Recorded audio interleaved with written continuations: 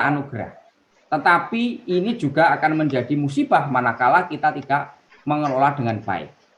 Oleh karena itu, ini adalah tantangan kita semuanya, termasuk juga tantangan bagi adik-adik yang akan mengikuti magang, yang nanti 10 tahun, 20 tahun ke depan akan menjadi pemimpin bangsa ini.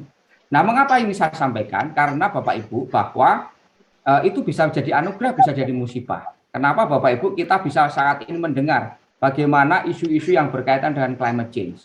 Tahun lalu Indonesia datang di Glasgow ya, di COP26, dan saat ini Indonesia menjadi presidensi G20 yang itu merupakan legitimasi Indonesia ke kepemimpinan di dunia. Saya kira ini juga menjadi hal yang perlu kita follow up bersama, kita manfaatkan bersama event-event tersebut begitu. Nah, Ibu Bapak dan juga teman-teman sekalian, nah tentu ya berkaitan dengan isu yang saya sampaikan tadi, bagaimana kita mewujudkan Indonesia berkelanjutan, dan juga tidak hanya Indonesia tetapi kita juga bertanggung jawab kepada planet bumi kita secara keseluruhan, baik dari sisi biodiversity, bagaimana kita menjaga suhu iklim, permukaan bumi supaya tidak naik. Kita perlu menjaga ya es di kutub supaya tidak mencair. Kita juga perlu menjaga pulau-pulau kecil kita supaya tidak tenggelam. Akibat apa? Akibat adanya perubahan iklim yang menyebabkan sea level rise misalnya. Kita juga bertanggung jawab semuanya berkaitan dengan potensial biodiversity loss yang itu kalau kita tidak kendalikan itu akan terjadi terus-menerus itu. Dan bagaimana mewujudkan tidak mendikotomikan antara pembangunan lingkungan dengan pembangunan ekonomi. Saya kira itu semuanya harus berjalan dengan sebaik-baiknya dan berjalan selaras.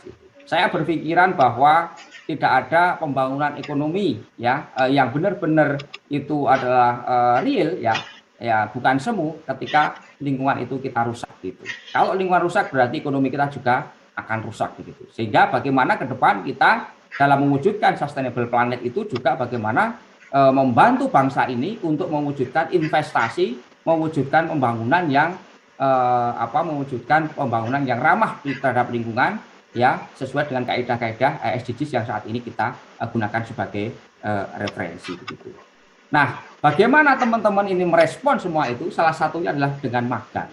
Dengan magang Anda semuanya akan tahu permasalahan ini di lapangan, di Papua ya, di berbagai tempat belahan Indonesia ini teman-teman akan mempelajari semua karakter-karakter itu yang nanti akan disampaikan pada saat kegiatan magang tersebut. Nah, selain itu juga teman-teman bahwa itulah yang saya sampaikan, isu-isu adalah nanti menjadi future job bagi kalian semua. Gitu. Bagaimana kita stakeholders itu mewujudkan green job yang perlu kita wujudkan, yang itu juga menjadi lifestyle dan juga menjadi way of life teman-teman semua di masa yang akan datang begitu. Dan juga kami ingin juga bahwa teman-teman semua itu ketika belajar di geografi misalnya, belajar lingkungan begitu, Anda akan secara langsung merasakan air itu, mata air itu rasanya seperti apa, Anda cicipi. Ya, udara di daerah pedesaan itu apa, Anda cicipi. Bagaimana masyarakat itu dengan local wisdom mereka, kita rasakan mereka, ya kita rasakan kehidupan mereka supaya itu nanti Anda ketika menjadi decision maker benar-benar ya keputusan yang Anda ambil itu didasarkan pada keputusan yang Anda tidak hanya melihat dari TV, Anda tidak hanya melihat dari medsos, tapi benar-benar nafas mereka juga Anda rasakan begitu. Itu saya kira bagaimana kita menjiwai ya kondisi-kondisi yang ada di nyata, yang ada di lapangan gitu. Dan selanjutnya teman-teman ya ini bahwa magang ini juga kita susun ya untuk menghasilkan lulusan-lulusan yang adaptif, yang agile ya begitu, yang mampu beradaptasi dalam lingkungan seperti apapun begitu. Dan juga nanti dari situ tentunya akan timbul pikiran-pikiran kritis yang bagaimana Anda akan tumbuh untuk membangun kreativitas dan juga akan membangun bangsa ini. Kita mengharapkan nantinya Anda akan menjadi memiliki jiwa sosio entrepreneur di mana kita semua bisa menyelesaikan seluruh permasalahan lingkungan yang kita hadapi dengan pendekatan entrepreneur tentunya, dan juga tentunya teman-teman bisa menjadi firelighter, menjadi pemantik bagi lingkungan sekitar untuk tumbuh dan berkembang. Dan saya kira itu saja Bapak Ibu yang bisa kami sampaikan. Kami pesan bahwa mari kita sukseskan kegiatan magang ini bersama-sama. dan WWF kami sangat berterima kasih dan mengapresiasi Bapak Ibu dari WWF, Pak Aditya, Pak Barano dan Bapak Ibu semuanya yang benar-benar ini mewujudkan ini kerja bareng yang perlu kita sukseskan bersama. Dan tentu saja Pak Tutus yang selama ini mengawal kegiatan magang ini dan kami mendengar bahwa nanti kegiatan MBKM ini akan dimandatkan kepada UGM yang ini sekarang ini masih dalam proses transformasi, dan itu saya kira massive work yang harus dilakukan di universitas dan bekerjasama nanti dengan Pak Tutus dari Kemendikbudristek. Ini pekerjaan yang luar biasa besar, amanah yang sangat besar sekali. Jadi saya kira itu yang bisa saya sampaikan. Terima kasih Bapak Ibu semua. Assalamualaikum warahmatullahi wabarakatuh. Waalaikumsalam warahmatullahi wabarakatuh. Baik, terima kasih atas sambutan dari Bapak Dr. Danang Srihatmoko, SSI MSc, Dekan Fakultas Geografi UGM. Untuk selanjutnya, mari kita dengarkan sambutan dari Bapak Tutus Kusuma, Koordinator MSIB Kemendikbudristek. Waktu dan tempat kami persilahkan. Terima kasih Mbak Sulis. Assalamualaikum warahmatullahi wabarakatuh. Waalaikumsalam. Selamat pagi, salam sejahtera, Om Swastiastu, Namo Buddhaya, salam kebajikan, rahayu. Bapak Ibu semuanya, Dr. Danang yang saya hormati, ini saya follower di Instagramnya nih dan aktivitasnya ini. Kemudian Pak Dito, Pak Barano dan rekan-rekan semuanya dari WWF dan Geografi UGM serta rekan-rekan mahasiswa. Ini sebuah kebanggaan bagi saya bertemu dengan rekan-rekan mahasiswa yang mempercayai untuk join di program MBKM di cycle kedua atau di semester kedua. Nah, sebelum ini tadi saya bertemu juga dengan rekan-rekan yang ada di gerilya atau di program listrik cahaya matahari ya, tenaga surya di Kementerian ESDM, dan antusiasmenya juga sama gitu ya. Dan saat ini kita menghadapi program untuk yang WWF ya, WWF kerjasama dengan Fakultas Geografi UGM. Nah, Bapak Ibu semuanya, sebagaimana yang disampaikan oleh Mas Menteri bahwa program ini adalah program bagaimana kita memberikan ruang environment, kemudian paparan, profesionalisme yang ada di dunia industri, kemudian di dunia masa depan kepada para mahasiswa. Ya, yang tentunya itu tidak bisa kita lakukan sendiri, tidak bisa dilakukan oleh kementerian sendirian, tapi harus berpartner dengan mitra-mitra, salah satunya dengan WWF dan Fakultas Geografi. Nah, apa yang kami lakukan di kementerian, sebagaimana tadi disampaikan oleh Dr. Danang ya, bahwa ini adalah contoh bagi prototipe yang nanti kami harapkan itu terinternalisasi dengan kampus-kampus masing-masing. Ya, jadi tidak selamanya nanti program ini akan dihandle oleh kementerian, tapi di masa depan program ini akan kita serahkan pengelolaannya ke kampus-kampus dan kampus-kampus yang bermitra dengan perusahaan-perusahaan, dengan yayasan-yayasan, atau bahkan dengan NGO internasional semacam WWF ini. Dan dengan adanya program ini, waktu saya dihubungi pertama kali, saya antusias banget. Karena apa? Karena ini menjadi contoh bagaimana di masa depan, mungkin di tahun depan gitu ya, program ini akan dijalankan dengan pengelolaan di level kampus. Nah, tentunya dengan adanya program ini kami mengharapkan para mahasiswa tidak hanya mendapatkan pembelajaran di luar kampus begitu saja, tapi juga mendapatkan pendampingan, kemudian bisa memecahkan masalah real yang ada di dunia WWF gitu ya. Tadi saya dengar dari Pak Dito, teman-teman nanti akan ada yang dikirimkan ke luar daerah, bahkan sampai ke Papua. Nah, itu yang kami harapkan. Teman-teman dalam dunia karir, itu tidak hanya menjadi karyawan, atau tidak menjadi bisnismen ya, tapi juga teman-teman bisa berkarir di dunia semacam NGO. Dan itu manfaatnya kemudian kiprah teman-teman, kontribusi teman-teman akan jauh berdampak lebih luas daripada teman-teman sekedar menjadi karyawan. Dan ini adalah kesempatan teman-teman untuk menimba pengalaman, untuk mencoba gaya berenang yang baru, ya, yang selama ini akan mencoba bagaimana menghadapi kedalaman yang jauh lebih dalam daripada kolam yang ada di kampus. Teman-teman juga akan menghadapi tantangan yang jauh lebih liar gitu ya, daripada sekedar ombak-ombak kecil yang ada di kolam-kolam yang ada di kampus. Tapi teman-teman akan menghadapi tantangan yang real yang ada di dunia nyata. Nah, ini saya ucapkan selamat teman-teman. Di sini ada beberapa mahasiswa yang merupakan satu dari 100.000 mahasiswa yang mendaftar di program MSIB.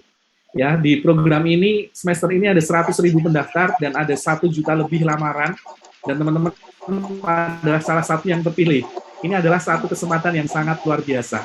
Kita akan lihat bagaimana teman-teman nanti dalam 1 semester kompetensi apa saja yang dikuasai, ada berapa mata kuliah yang mungkin bisa dikonversikan ke sana, dan dalam 1-2 tahun ke depan kita akan melihat teman-teman akan seberapa hebat nanti, seberapa siap untuk menjalani kehidupan profesional yang sebenarnya.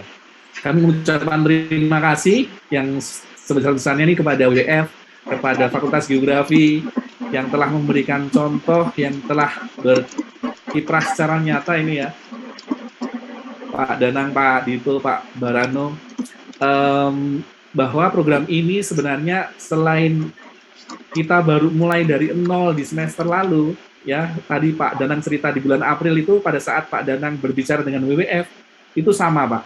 Kami juga di kementerian baru nyusun itu jenisnya kita jalankan. Nah, tentunya tadi yang disampaikan Pak Danang juga sama. Tentunya kita tidak bisa mengharapkan program ini akan sempurna di awal, ya. Tapi kita akan terus memperbaiki dari masukan Bapak Ibu semuanya, dari inputan teman-teman mahasiswa, dan itulah yang namanya development ya. Kita bertumbuh bersama. Kalau ada kekurangan kita tambahi, yang penting kita terus maju melangkah. Gitu ya Pak Danang, jangan sampai kita stop hanya karena 1-2 kendala saja. Tapi kita harus terus melangkah, dan perbaikan-perbaikan itu akan muncul dari usulan, dari kritikan, dan saran dari Bapak Ibu dan mahasiswa semuanya. Saya Tutus Kusuma mengucapkan terima kasih, dan selamat menjalankan program di WWF dan UGM. Ya, teman-teman nanti setelah ini tolong dilengkapi data-datanya. Kita sedang mengadakan verifikasi data secara massal, sehingga teman-teman bisa diajukan uang sakunya di depan.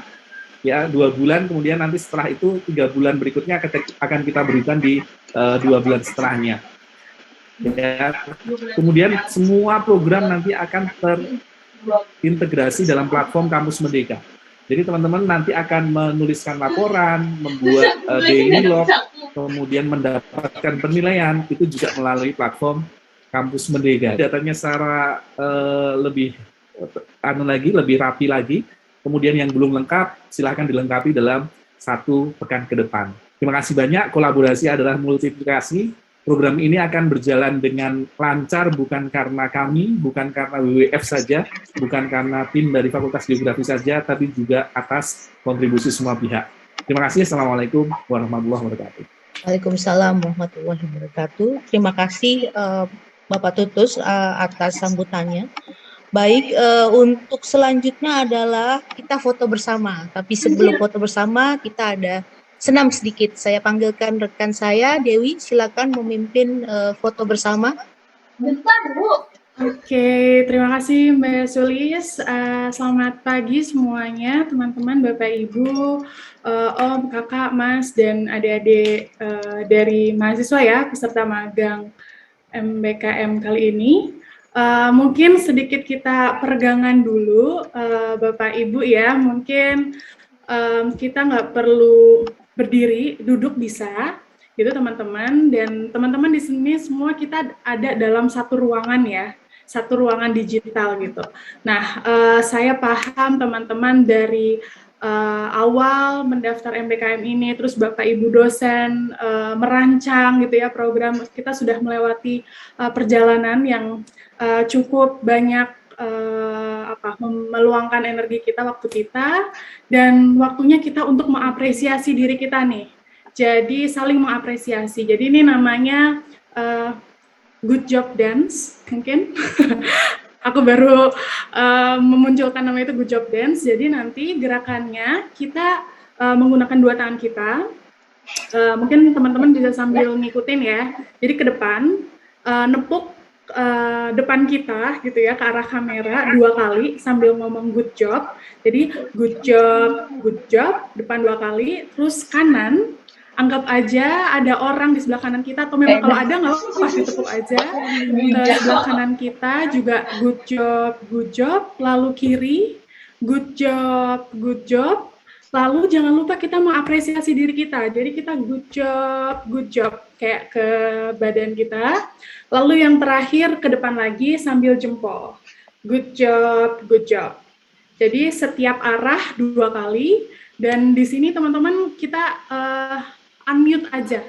Nggak apa-apa kalau misalkan suaranya tiba-tiba nabrak-nabrak, it's okay. Ini waktunya kita unmute ya. Dari tadi kita mendengarkan orang, kita sekarang bisa unmute. Jadi biar kita bisa nyanyi dari ruangannya masing-masing, dari tempatnya masing-masing, dan secara virtual kita juga mengirimkan energi kita, saling mengapresiasi depan, kanan, kiri, depan lagi.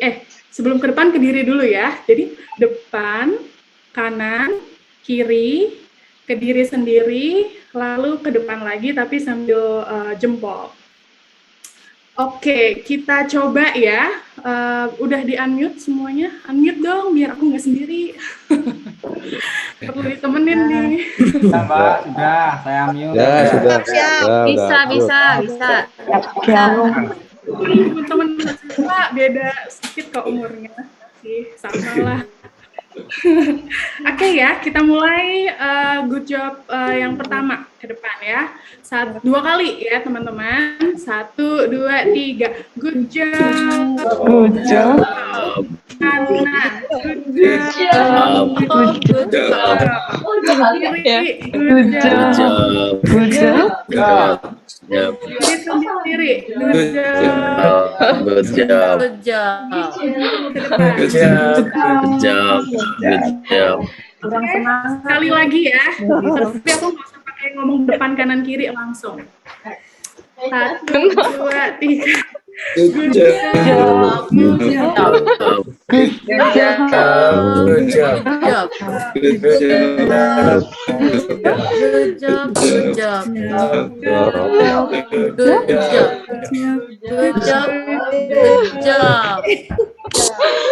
Oke, good job for us. Good job untuk kita semua. Terima kasih atas semangatnya. Nah, kita masih senyum kan ya? Jadi jangan diturunin lagi senyumnya, kita akan foto. Oke? Di sini nanti ada beberapa gaya lah ya. Kita zaman sekarang masa cuma 1 gaya. Jadi gaya pertama dulu nanti kita kayak foto KTP. Lalu nanti ada gaya bunga pagi. Katakan ini bunga pagi. Jadi nanti Bapak Ibu semua kayak gini ya, Bapak Ibu, teman-teman semuanya. Lalu nanti ada, kan hari ini hari Valentine, kita juga ada gaya kasih, love-nya gini ya, jangan love kecil tapi kayak gini, 2 tangan, sama gaya semangat. Kampus Merdeka ini gaya semangat, gaya merdeka, dan gaya together possible. Oke? Nah, kita mulai gaya pertama dulu, mungkin gaya KTP, di sini masih KI ya. Kita senyum, teman-teman selama 3 detik, jangan turun senyumnya. Oke, gaya pertama, gaya KTP. 3 detik. Foto bersama. Iya, kita foto bersama. Ayo. 1, 2, 3. Oke, gaya selanjutnya tadi gaya bunga pagi, teman-teman. Tangannya 2. Nah, kan lucu kan? Bapak Ibu dosen jarang-jarang kali kayak gini. Ayo Bapak Ibu dosen jangan malu. Saya nggak malu, Pak. Cuma malu-maluin. Iya, oke. Yang Prof. kedua, Budi biasanya Prof. Budi. gaya kasih, gini. Terima kasih. Gaya kasih, Selamat kita Valentine. sebarkan kasih untuk bumi kita, untuk planet kita, untuk sesama, untuk diri kita sendiri, dan orang-orang terkasih tentunya. Oke. Sudah, lalu gaya merdeka. Kampus Merdeka, semangat, together possible. Oke, 1, 2, 3. Together possible. Together possible. Alright, sip. Terima terima kasih. Semoga hari ini jauh lebih semangat ya untuk menjalani hari ini. Good job untuk kita sejauh ini dan semangat untuk kedepannya 5 bulan ke depan ya, Bapak Ibu dan teman-teman. Terima kasih Mbak Sulis. Baik, terima Albert. kasih Mbak Dewi. Kita sudah foto bersama dengan 4 gaya. Semoga bisa menghiasi hari-hari Bapak dan Ibu ya. Karena baru lihat tadi dosen-dosen bisa bergaya flowering gitu ya. Baik, terima kasih. Kami ucapkan kepada narasumber kehadirannya. Dan bagi para pimpinan lembaga bisa terus mengikuti acara ini atau dapat bisa meninggalkan ruang meeting Zoom jika ada agenda lainnya. Terima kasih Bapak Ibu para narasumber. Silahkan jika memang ada keperluan lain, monggo atau kalau memang ada waktu bisa mengikuti terus kegiatan ini. Baik, terima kasih. Untuk acara selanjutnya, Pak baik. Danang, Pak Dito, Pak Oh ya, Yeay. Mas Tutus, terima kasih. Terima kasih Pak Tutus, Pak Barano, Mas Saya pamit Adi. juga Pak Danang. Terima kasih, Mas Danang, Mas Dito. Mas Dito, izin. Iya, izin. Thanks. Baik, untuk acara selanjutnya adalah penjelasan program MBKM yang akan dibawakan oleh Bapak Thomas Barano, Koordinator MBKM, UGM, WWF Indonesia. Waktu dan tempat kami persilahkan. Silakan Mas Barano. Baik. Terima kasih Mbak Sulis. Selamat pagi buat Bapak Ibu dosen mentor dan juga teman-teman mentor WPF dan terutama terlebih rekan-rekan mahasiswa ya, yang kami banggakan. Pada kesempatan ini saya akan sharing tentang apa saja program yang sudah disusun dan disiapkan. Informasi ini bersifat ringkasan saja karena ini dari 12 ragam kegiatan yang akan dilakukan di dalam program magang ini, yang mudah-mudahan dengan 12 ragam kegiatan ini sungguh bisa membawa suatu pengetahuan, penguatan skill, dan juga keterampilan yang akan yang dilakukan oleh teman-teman sehingga itu bisa menjadi bekal untuk masa depannya. Baik, secara garis besar kerangka programnya ya, itu kita bagi ada 5 area karena desain program ini harus dalam 5 bulan gitu ya, dan setara dengan 20 SKS, jadi cukup padat tentunya. Dan kemudian di dalam 5 hal ini secara garis besar terkait dengan konsep, karena mahasiswa ini adalah pada jenjang di universitas itu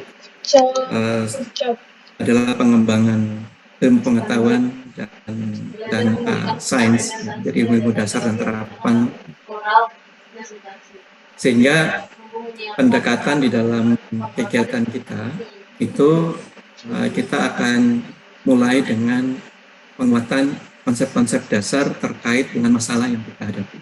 Nah, pendekatan program ini dengan pendekatan T-shape kalau lihat jadi yang horizontal ini teman-teman juga bisa melihat kegiatan-kegiatan yang ada di luar dari yang teman-teman ambil. Jadi kalau yang garis vertikalnya itu adalah topik kegiatan yang nanti selama 5 bulan teman-teman fokus untuk melakukannya. Tetapi sebagai perluasan untuk pengetahuan, teman-teman juga bisa hadir di kegiatan lain yang nanti di dalam matriks kegiatan itu ada tanda warna kuning, artinya kegiatan yang bisa dihadiri oleh kegiatan dari kegiatan yang lain, yang tujuannya adalah untuk menambah pengetahuan. Nah, di dalam memahami isu yang tadi sudah dipilih, ya, dan juga mengenal aspek lain dari kegiatan yang di luar dari yang dilakukan, harapannya itu dapat memberi kelengkapan dalam melihat aspek lingkungan, baik dari segi biofisik atau juga mungkin sosialnya, masuk juga mungkin isu-isu ekonomi atau kebijakan dan sebagainya. Tergantung dari topik atau isu apa yang memang dibahas. Itu di bagian pertama. Jadi teman-teman di sini diminta untuk penguatan konsep, juga melakukan studi-studi literatur yang dapat menguatkan landasan-landasan teori dari solusi yang akan ditawarkan nantinya. Yang kedua, ini adalah tentang pemaparan. Kenapa penting pemaparan? Karena dalam dunia kerja, seberapa bagus ide yang teman-teman punya, tetapi tidak cukup pandai bisa mengemasnya dan menyampaikan dengan ide itu hanya tinggal ide. Jadi di dalam dunia bagaimana kita menawarkan gagasan kita di sini kita harus melatih oral presentasi kita, dan juga bagaimana kita menyiapkan bahan yang efektif, ringkas, gitu ya. Dan kita juga harus terbuka ya untuk menerima masukan karena kita masih belajar. Jadi harus terbuka. Jadi jangan terlalu baper kalau misalnya dimasukkan itu jangan terlalu baper karena semua ini adalah betul-betul profesional ya. Jadi betul-betul terkait pekerjaan. Bukan terkait dengan hal-hal yang di luar dari itu. Jadi tidak perlu membawa baper dan selalu kita bisa komunikasi. Jadi nanti ada grup komunikasi dengan mentor masing-masing di kegiatan, gitu ya. Juga kalau seandainya ada hal-hal yang tertarik, ingin tahu dari mentor lain itu juga bisa dikontak. Dan kita pun ada 2 macam mentor yang sudah dari WWF dan mentor dari dosen yang sudah punya pengalaman di dalam memberikan bagaimana pendampingan secara akademik.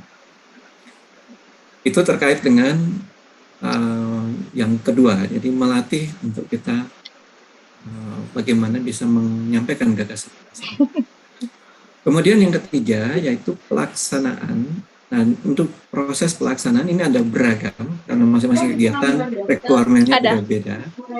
Tapi teman-teman pada umumnya akan belajar yang namanya koordinasi. Koordinasi ini jangankan di tingkat kementerian lembaga pun masih tantangannya. Kadang-kadang koordinasi itu dibilang satu kata yang mudah diucapkan tapi sulit dilakukan. Karena apa? Ada banyak faktor yang ada di balik koordinasi itu. Jadi misalnya dari segi peraturan, dari segi tata kelolanya, dari segi proses, mekanismenya, dan segala macam gitu ya. Yang membuat koordinasi itu tidak cukup hanya antara kita ngobrol satu orang dengan orang lain terus kita anggap sudah enggak. Nah, dari situ kita belajar kemudian bagaimana membuat satu usulan untuk rencana kegiatan gitu. Kemudian konsultasi. Konsultasi ini juga bagian dalam kita kerja keseharian.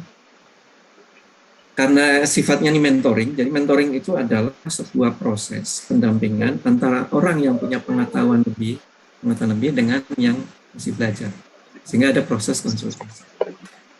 Sehingga teman-teman belajar untuk bagaimana melatih konsultasi yang baik. Attitude, sikap, cara bicara itu penting.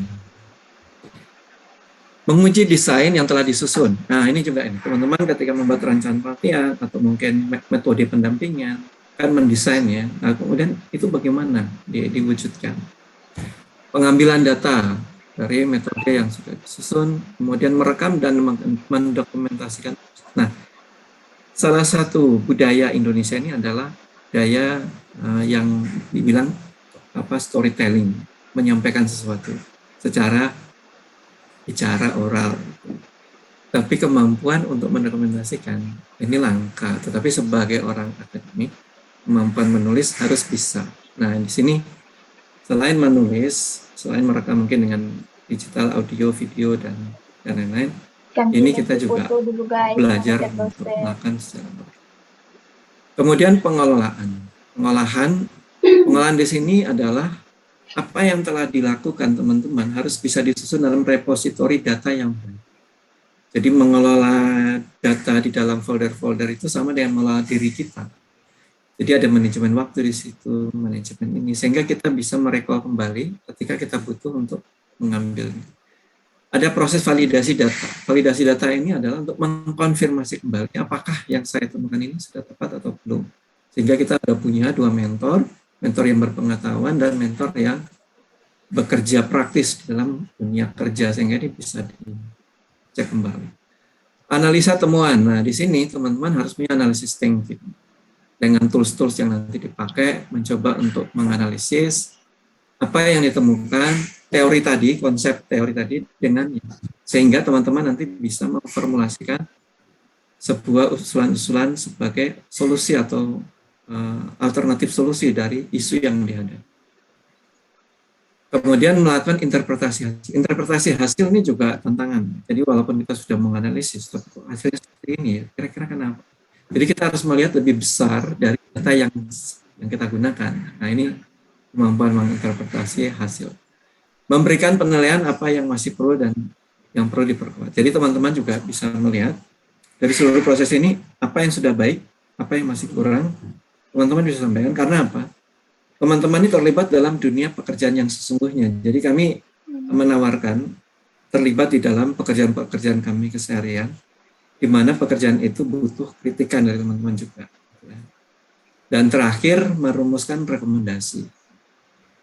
Jadi teman-teman sudah bisa dengan bahan yang dia olah yang ini kemudian bisa membuat rumusan-rumusan rekomendasi yang bermanfaat tentunya untuk kegiatan yang di. Dan terakhir, sebagai bentuk pertanggungjawaban dari seluruh proses ini, teman-teman akan membuat satu laporan, tetapi kami juga ada layouter yang profesional. Yang penting teman-teman substansinya secara baik. Dan nanti kemudian akan dibantu layouter yang profesional untuk melayout dengan bagus, sehingga layak untuk dipublikasikan. Terus juga bagaimana proses-proses yang sudah dilakukan tadi bisa juga dibuat dalam poster presentasi atau PowerPoint presentasi atau mungkin infografik gitu ya, yang menarik, juga memberikan hasil-hasil analisis kayak grafik atau mungkin rekaman video, foto-foto itu juga sebagai produk-produk yang bisa dihasilkan dan laporan yang sudah terlewat. Itu kira-kira kerangka secara garis besar, tapi tentu dinamika setiap kegiatan akan berbeda. Nah, harapannya setiap kegiatan itu memberikan solusi alternatif dari isu yang dihadapi, sehingga itu bisa berguna untuk kegiatan kerja kami selanjutnya. Kemudian, apa sih kegiatan, 12 kegiatan yang saya sampaikan tadi? Baik, saya akan sedikit singgung satu persatu. Pertama adalah kegiatan kajian spasial hubungan polinator terhadap produk pertanian dan kajian landscape ekologi.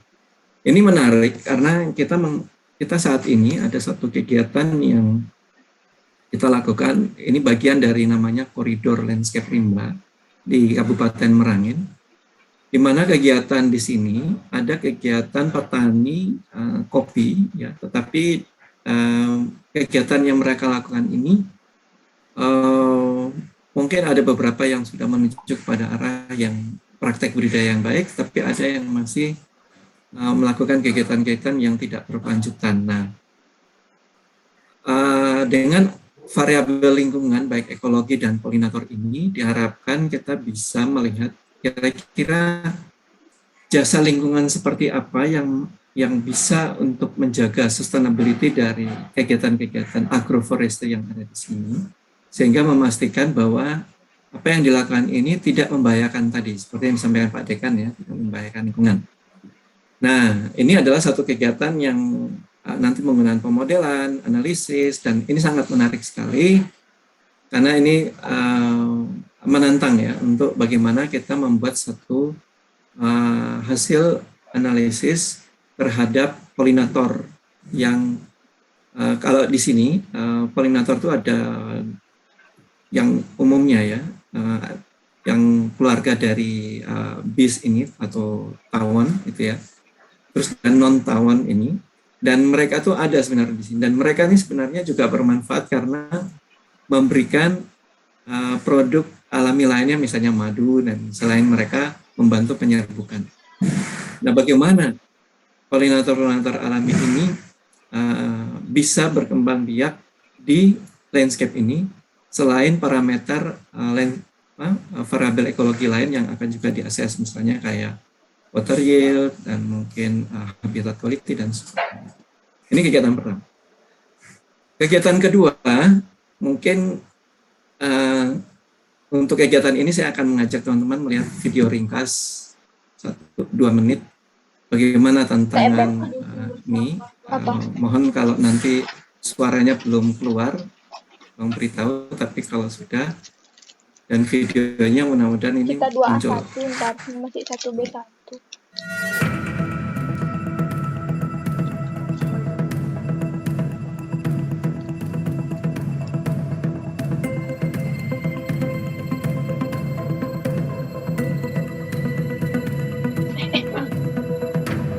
Enam.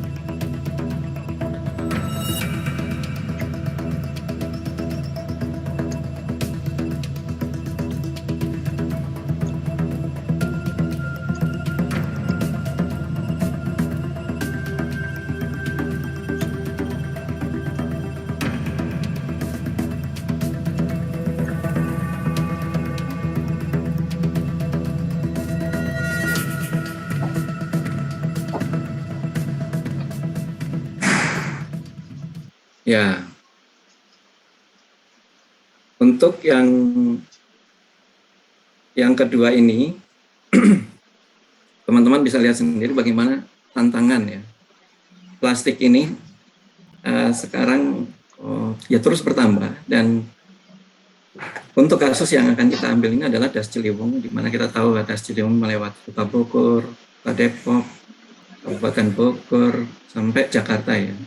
Dan itu berapa banyak plastik yang terus masuk. Nah, teman-teman di sini akan mencoba melakukan asesmen di mana saja titik-titik sumber sampah plastik baru secara spasial.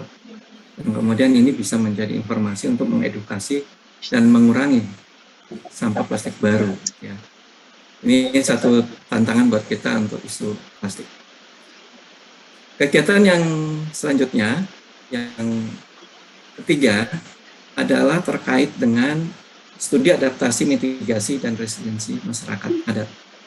Ini foto di Mondama, ya, di salah satu kegiatan kita di Teluk Cendrawasih, di mana masyarakat kita tahu bahwa mungkin hampir 80% kita hidup tuh di pesisir, gitu, dan dampak dari perubahan iklim ini, menurut skenario, itu daerah pesisir ini yang akan berdampak. Bagaimana daya tahan masyarakat terhadap perubahan iklim ini. Ini akan digali dan mencoba untuk melihat, menganalisis, dan memberikan opsi-opsi apa yang terbaik terkait dengan kegiatan masyarakat adat. Kemudian yang ketiga, yang keempat ya, yang keempat ini terkait dengan kajian dampak terhadap jalan ya terhadap mobilitas satwa liar dan juga nanti dikaitkan dengan climate change. Jadi kalau kita tahu bahwa Indonesia itu kan mega biodiversity, tapi apakah teman-teman tahu bahwa hutan atau habitat satwa kita itu masih utuh hidupnya? Enggak. Mereka sudah terfragmentasi oleh jalan. Ilustrasi semacam ini sudah misalnya di Eropa ya, itu sudah semacam ini. Jadi jalan bebas hambatan dua ini kalau kita di sini tol ya. Tetapi karena untuk kebutuhan connectivity habitat satu dengan habitat lain, dibuatlah suatu jalur untuk penyeberangan satwa biar aman. Kalau saya ya, kebetulan kantor di Jakarta ya, dari rumah saya nyetir ke kantor, pas di perapatan lampu merah, itu seringkali saya suka lihat kabel ya, kabel listrik itu. Ternyata ada hewan itu, tupai itu suka nyebrang gitu. Nah, kita kurang memikirkan sebenarnya hewan-hewan itu butuh jalur penyeberangan, tidak hanya manusia. Dan ini adalah salah satu pemikiran kritis bagaimana kita membangun lagi keterhubungan satu blok habitat dengan blok habitat yang lain. Kemudian yang kelima, kajian tentang carbon stock di wilayah mangrove. Ini akan menggunakan remote sensing. Ya. Teman-teman yang akan mengambil kegiatan ini akan melakukan suatu pemetaan, kemudian dengan carbon reference, kemudian melakukan analisis dan melihat bagaimana penyebaran carbon stock di tipe hutan yang dianalisis. Kemudian studi tentang diversifikasi produk pangan. Nah, kita tahu bahwa akibat perubahan iklim ya, jadi ketika biodiversity kita berkurang, perubahan iklim terjadi, ini juga akan mempengaruhi food system. Jadi food system kita itu tidak independen sebenarnya. Mereka juga tergantung oleh landscape di sekitarnya.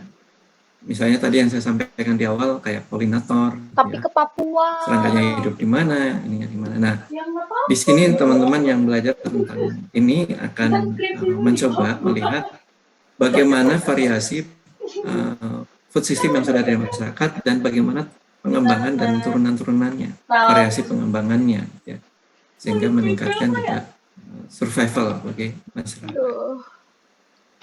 Kemudian studi tentang peran perempuan. Nah, di sini kasusnya adalah di Papua, di mana peran wanita sebenarnya di berbagai daerah, Sumatera atau Kalimantan, secara budaya setempat itu ada memiliki kayak pembagian peran antara pria dan wanita. Tapi dalam konteks ini bagaimana pemberdayaan ini bisa lebih dikuatkan kembali, jadi dibangun yang lebih baik ke depan. Nah, ini yang mengambil tentang studi ini akan fokus pada isu-isu bagaimana penguatan peran perempuan ada. Kemudian yang berikut adalah kurasi data marine. Kita di periode ini akan fokus pada kurasi keramahan hayati atau biota laut, di mana kita tahu bahwa Indonesia ini adalah kekuatan biodiversitas selain di darat adalah di laut sebenarnya. Sehingga Indonesia kalau digabung antara darat dan laut itu menjadi mega biodiversity. Nah, tetapi proses untuk bagaimana data-data dan informasi keramahan hayati laut ini disusun dengan baik ini belum sampai saat ini belum begitu optimal. Sehingga fokus kegiatan kita temanya adalah untuk kurasi marine biodiversity, tetapi dalam pengerjaan ini tidak hanya melakukan kurasi, ada juga pengembangan sistem. Jadi mungkin teman-teman akan belajar juga bagaimana mengembangkan sistem informasi yang spasial dan non spasial itu bisa dikombinasikan dan informasinya bisa untuk menjadi kayak memproduksi kayak atlas biodiversity dan sebagainya. Selanjutnya adalah survei ekologi laut dan sungai, dan ini ada kegiatan untuk melakukan kajian. Jadi daerah pesisir, coastal dan sungai, kita tahu bahwa sungai dalam konteks ekosistem kita ini urat nadi, kayak manusia itu punya urat nadi. Nah, disinilah saluran nutrien, sedimen, dan macam. Dan coastal pesisir itu adalah tempat yang paling kayak dapurnya gitu ya, paling kaya karena dia kaya dengan nutrien, sedimen, banyak mineral-mineral yang dibutuhkan oleh biota laut gitu ya, sehingga mangrove atau coral reef itu menjadi tempat perkembangbiakan dari biota-biota laut. Sehingga ini juga menjadi satu topik kajian khusus bagaimana ini assessment. Kemudian pendampingan kelompok petani pala, ini salah satu anugerah tadi yang disampaikan Pak Dekan, bahwa Indonesia itu punya banyak beragam tanaman yang bernilai ekonomi, dan pala di Wondama ini adalah salah satu komoditi yang andalan.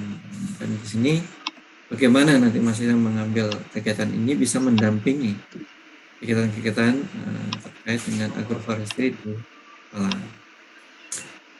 Kemudian pendampingan untuk manajemen bisnis BUMDes. Nah, WWF sebagai suatu lembaga konservasi, kami tidak hanya bekerja memikirkan alam itu saja, tapi juga masyarakat sekitar, terutama aspek tata kelola pengelolaan sumber daya alam.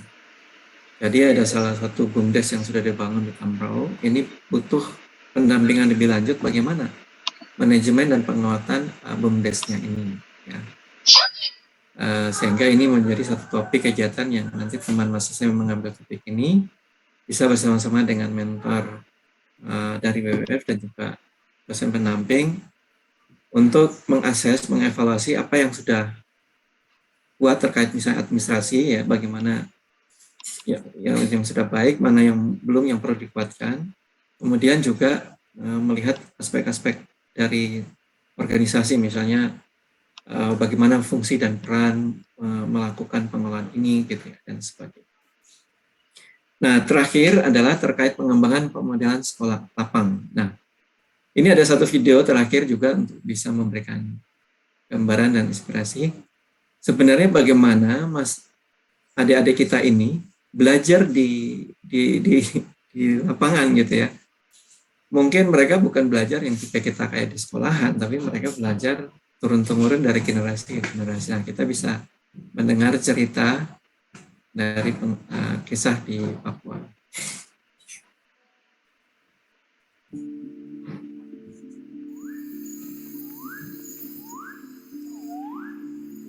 Awal-awalnya 2015 tidak terlalu mulai masuk ke 2016 mulai terbentuk dan kami masyarakat di Irfan Waib senang sekali dengan kehadiran ekowisata ini, sehingga terbentuklah kami Syoki ini.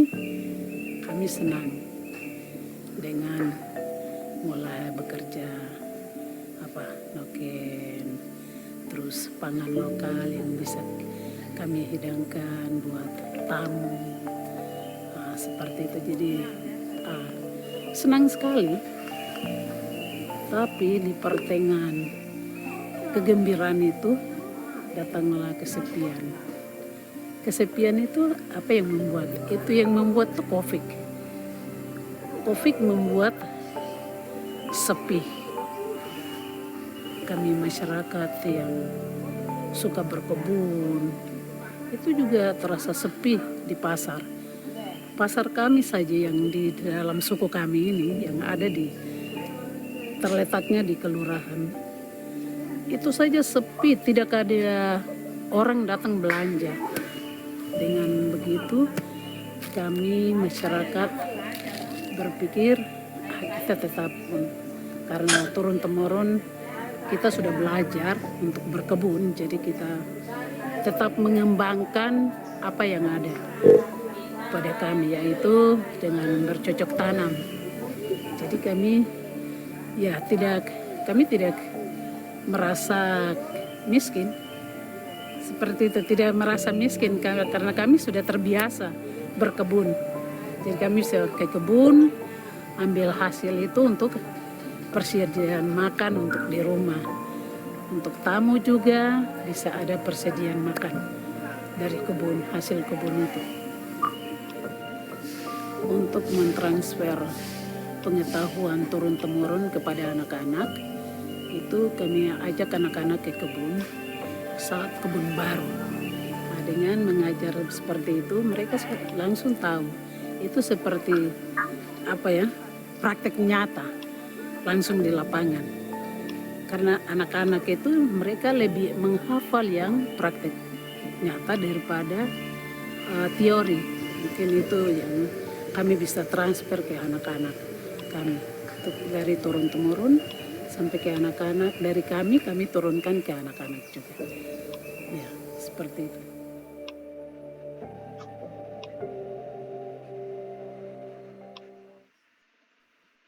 Baik. Dengan berakhirnya video ini, gambaran ringkas tentang program magang juga sudah selesai. Saya kembalikan ke Mbak Sulis.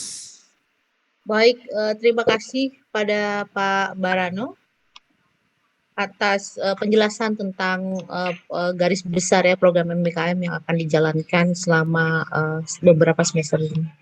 Untuk selanjutnya adalah perkenalan para mentor. Nah, ini agar kelihatan siapa mentor-mentornya. Kami persilakan para mentor untuk mengaktifkan video, kemudian nanti akan diperkenalkan oleh panitia, oleh rekan saya, Mbak Dewi. Silakan Mbak Dewi. Terima kasih Mbak Sulis.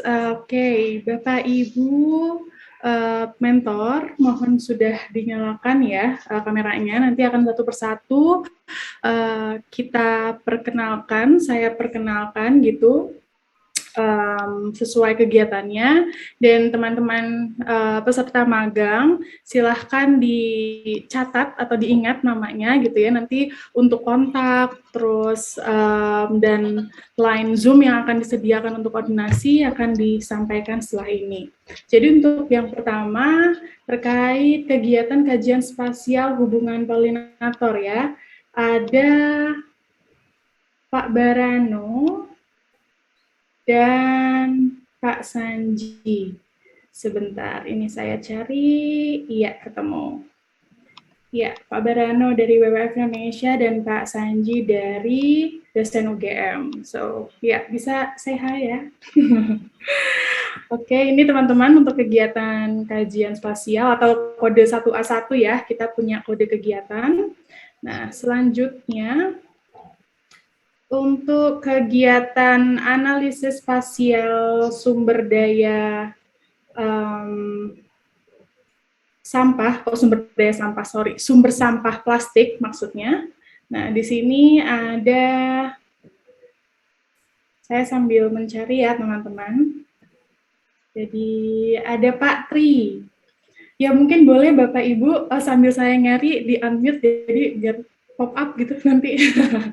Ada Pak Tri dan Bu Prima. Boleh di mana Bu Prima ya? Iya, Bu Prima. Ini teman-teman. Oke, ini untuk kegiatan 1B1 analisis spasial sumber sampah plastik rumah tangga di Das Ciliwung. Ayu, ya. Ada dua rekan juga yang ada di sini, mungkin Mbak Kari Dewi juga bisa akan jadi mentor. Ya, di sini ada Mbak Kari Dewi juga. Dan Elizabeth, Mbak. Dan Mbak Didi. Dan Mbak Elizabeth.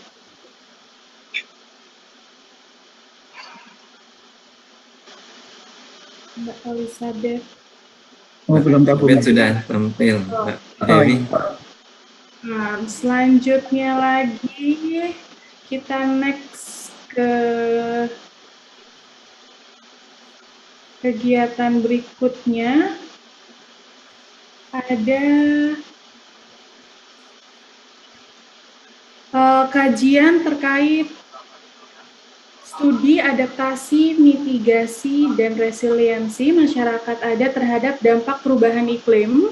Di sini ada Om Dedi, Om Willy, dan Bu Diah. Oke. Kita cari lagi dulu. Aduh. Atau teman-teman sudah menemukannya. Laporannya hancur Ibu dan ya, Om Willy. Panggilannya itu di kantor atau di internal WWF tuh nggak hanya Pak Ibu, tapi ada Om, ada Kakak gitu ya, ada Mbak gitu. Jadi nanti teman-teman mungkin jangan kaget gitu ya. Ih apa ini Kak Dewi kok panggilnya Om atau apa, tapi nggak, itu kita panggilan kita ya. Jadi it's okay. Nah, Om Dedi masih di lapangan ya. Dan Ibu Diah dari UGM. Oke. Terima kasih. Selanjutnya kita ke kegiatan berikutnya ya. Ada kajian dampak jalan terhadap mobilitas satwa liar di habitatnya. Itu ada Mas Oki dan Pak Proyo. Mas Oki dan Pak Proyo, salam kenal. Ini teman-teman yang ya. Ini untuk para peserta ya, diingat. Selanjutnya ada kajian tentang carbon stock di wilayah mangrove dan hutan. Kegiatan 1D3 itu ada Mas Ihsan dan Pak Sigit, Mas Iksan dan Pak Sigit. Mas Iksan ini ada di Biak ya sekarang. Kemarin agak kurang sehat, mudah-mudahan sudah membaik. Mas Iksan Anggoda. Sebentar, tadi aku lihat namanya ya, gimana Mas Iksan? Nah, itu dia. Mas Iksan Pak Sigit ya, teman-teman. Ini untuk kegiatan kajian tentang konstruk. Selanjutnya ada kegiatan studi diversifikasi produk oleh Pak Sudrajat dari dosen UGM dan ada Pak Ade atau Mbak Ade Sangaji. Ya, selamat siang. Selamat berkenalan teman-teman. Ada Mbak Ade dan Pak Sudrajat ya. Untuk kegiatan diversifikasi produk 1D4. Nah, kemudian ada studi terkait perempuan adat dan ini ada Ibu Sri Rahayu Budiani, ada Bu Ani. Tanya Ani mungkin ya Mbak di sini, maaf nggak sempat saya ganti tadi. Oh iya, Bu Ani, tapi masih gelap ya Bu ya? Kameranya apa sudah dinyalakan Bu? Sudah. Atau biasanya kalau Ibu pakai apa penutup kamera itu apa pakai penutup ya? Nah, kelihatan nggak ya? Saya masih gelap. Gelap menita Bu Adi. Lampunya mati. Tapi mohon maaf, Kak Wika sepertinya belum bisa hadir. Ya, teman-teman akan ini. Bu Ani nggak bisa tampil ya Bu ya kameranya? Enggak ya Mbak. Oke, nggak apa-apa. Listriknya mati mungkin Bu Ani. Bayar separuh. Bayar listrik. Mungkin nanti ya kita share kontaknya. Bisa langsung komunikasi. Lalu yang selanjutnya ada kegiatan kurasi data marine dan ini dan biodiversity ya, ada Mas Erdi dan Bapak Prama, Pak Pramaditya Wicaksono, Mas Erdi Lajuardi. Pak Pramaditya. Biasanya dipanggil Mas Erdi, aku kadang manggil Om Erdi, kadang Bang Erdi. Semuanya bisa. Dan Pak Prama ya. Oke, Pak Prama, Mas Erdi-nya mana nih Mas Erdi? Mana tadi Mas Erdi? Kayaknya ada tadi Mas Erdi. Nah ini. Belum open videonya. Ya open Mas. Halo. Mas Erdi. Ya. Oke, jadi kenalan ya dengan Pak Prama dan Mas Erdi. Ya. Selanjutnya untuk kegiatan survei ekologi laut dan sungai ya, itu ada Kapesta Jubel dan Pak Bahtiar. Kapesta. Iya, Kapesta, halo, selamat siang di sana ya. Dan Pak Bahtiar. Oke, hadir, Mbak. Oke. Ini dua mentor kita untuk survei ekologi laut dan sungai ya. Kode 2A2. Terima kasih. Selanjutnya kita ke kegiatan pendampingan kelompok petani pala oleh Kak Vero dan Pak Joni. Hai Kak Vero. Halo. Siang. Halo, salam kenal. Siang, Mbak. Salam kenal. Halo Pak Joni. Halo semua. Semuanya. Oke, selanjutnya ada pendampingan manajemen bisnis BUMDes itu bareng dibimbing oleh Om Lukas, dan Pak Hillary. Halo. Ya, halo Kak Lukas, Mbak Dewi. Halo. Kegiatan 3A1 ya teman-teman. Dan terakhir terkait pengembangan permodelan sekolah lapang, ada Kak Nixon dan Pak Abdur Rafi. Kak Nixon, halo, apa kabar nih Kak Nixon dan Pak Abdur Rafi? Selamat siang semuanya. Selamat siang semuanya Kak Nixon. Masih di lapangan Kak Nixon? Masih nih di lapangan, udah selesai balik. Oke, jadi itu teman-teman ya perkenalan singkat. Kita sengaja ini singkat-singkat supaya makin penasaran. Jadi nanti selama 5 bulan ke depan teman-teman mungkin akan intens dengan mentor-mentor tadi. Nanti akan di-share kontak dan teman-teman nanti akan ada kanal komunikasi, ada link Zoom dan email juga yang didapatkan. Untuk perkenalan mungkin itu Mbak Sulis, over to you. Baik, terima kasih Mbak Dewi. Untuk mempersingkat waktu, mungkin langsung penjelasan tentang operasional ya, MBKM yang akan dibawakan oleh panitia ya, Mbak Dewi juga ya. Silakan Mbak, di perkenalan kantor, mungkin 5 menit. Silakan waktunya. Terima kasih Mbak Sulis. Nah teman-teman, mungkin kayak untuk perkenalan kantor dan lain-lain sebagainya di WWF Indonesia, kantor utamanya itu ada di Jakarta ya, di Geraha Simatupang, di Jakarta Selatan, dan terus yang di Papua itu ada di daerah Sentani, seperti itu. Cuma nanti selama proses magang ini, kemarin kan juga sudah diinformasikan, ada beberapa penyesuaian di mana tidak semua teman-teman mungkin luring gitu.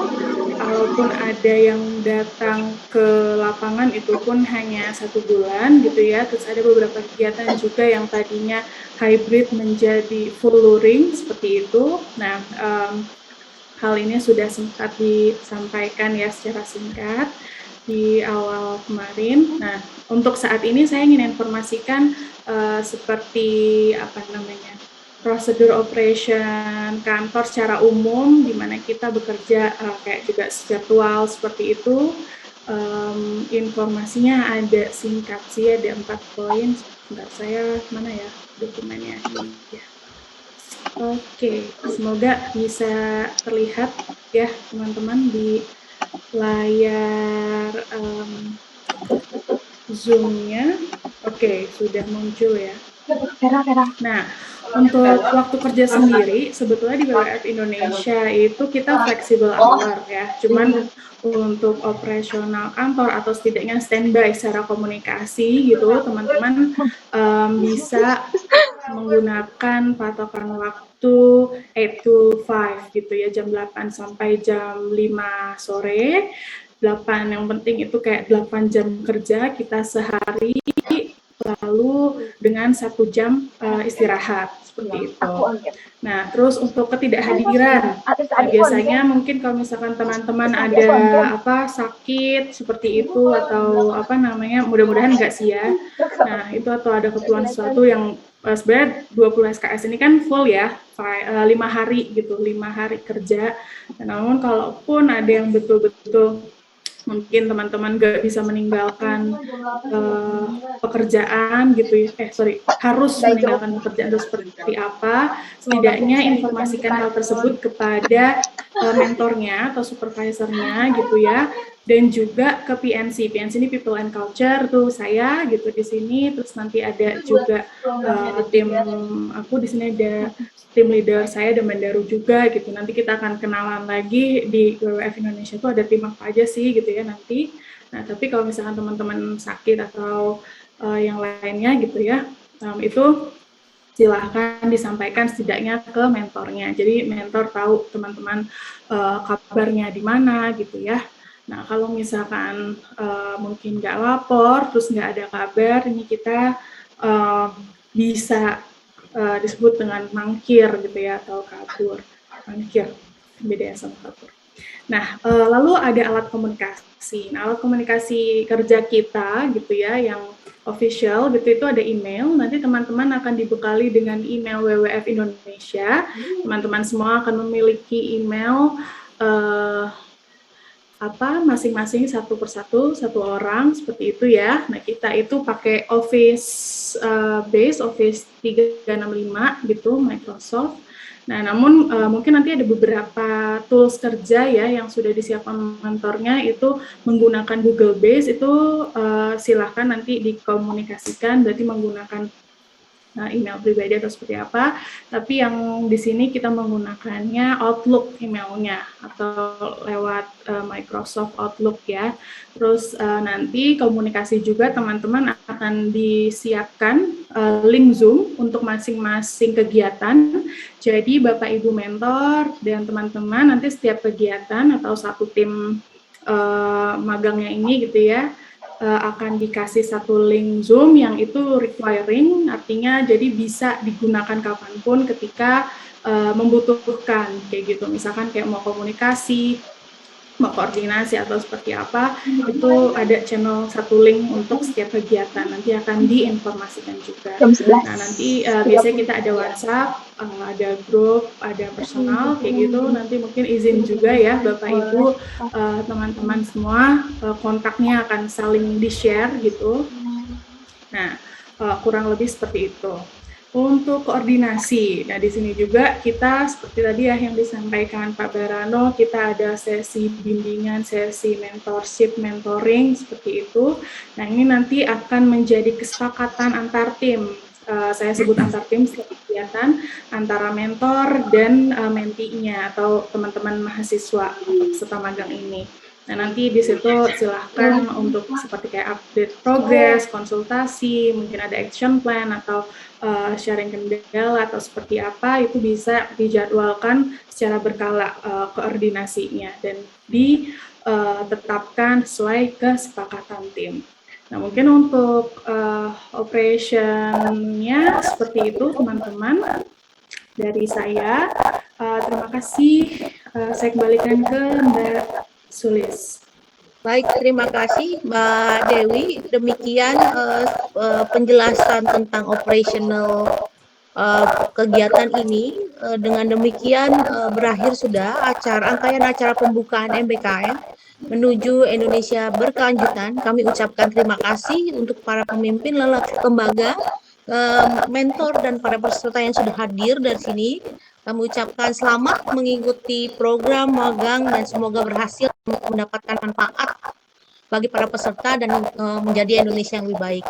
Semoga semua diberikan kesehatan dan bagi para peserta diharapkan kehadirannya nanti ya pukul 14 sampai selesai di Zoom yang sama ya Mbak Dewi ya. Untuk pengarahan lebih lanjut mungkin bisa Mbak Dewi jelaskan atau memang langsung ya jam 14 ditunggu sampai dengan selesai, mungkin lebih dalam penjelasan tentang operational.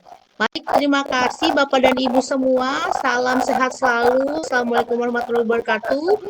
Salam kebajikan, salam sejahtera, hukum sosial, nama budaya. Terima kasih dan rahayu. Baik. Waalaikumsalam warahmatullahi wabarakatuh.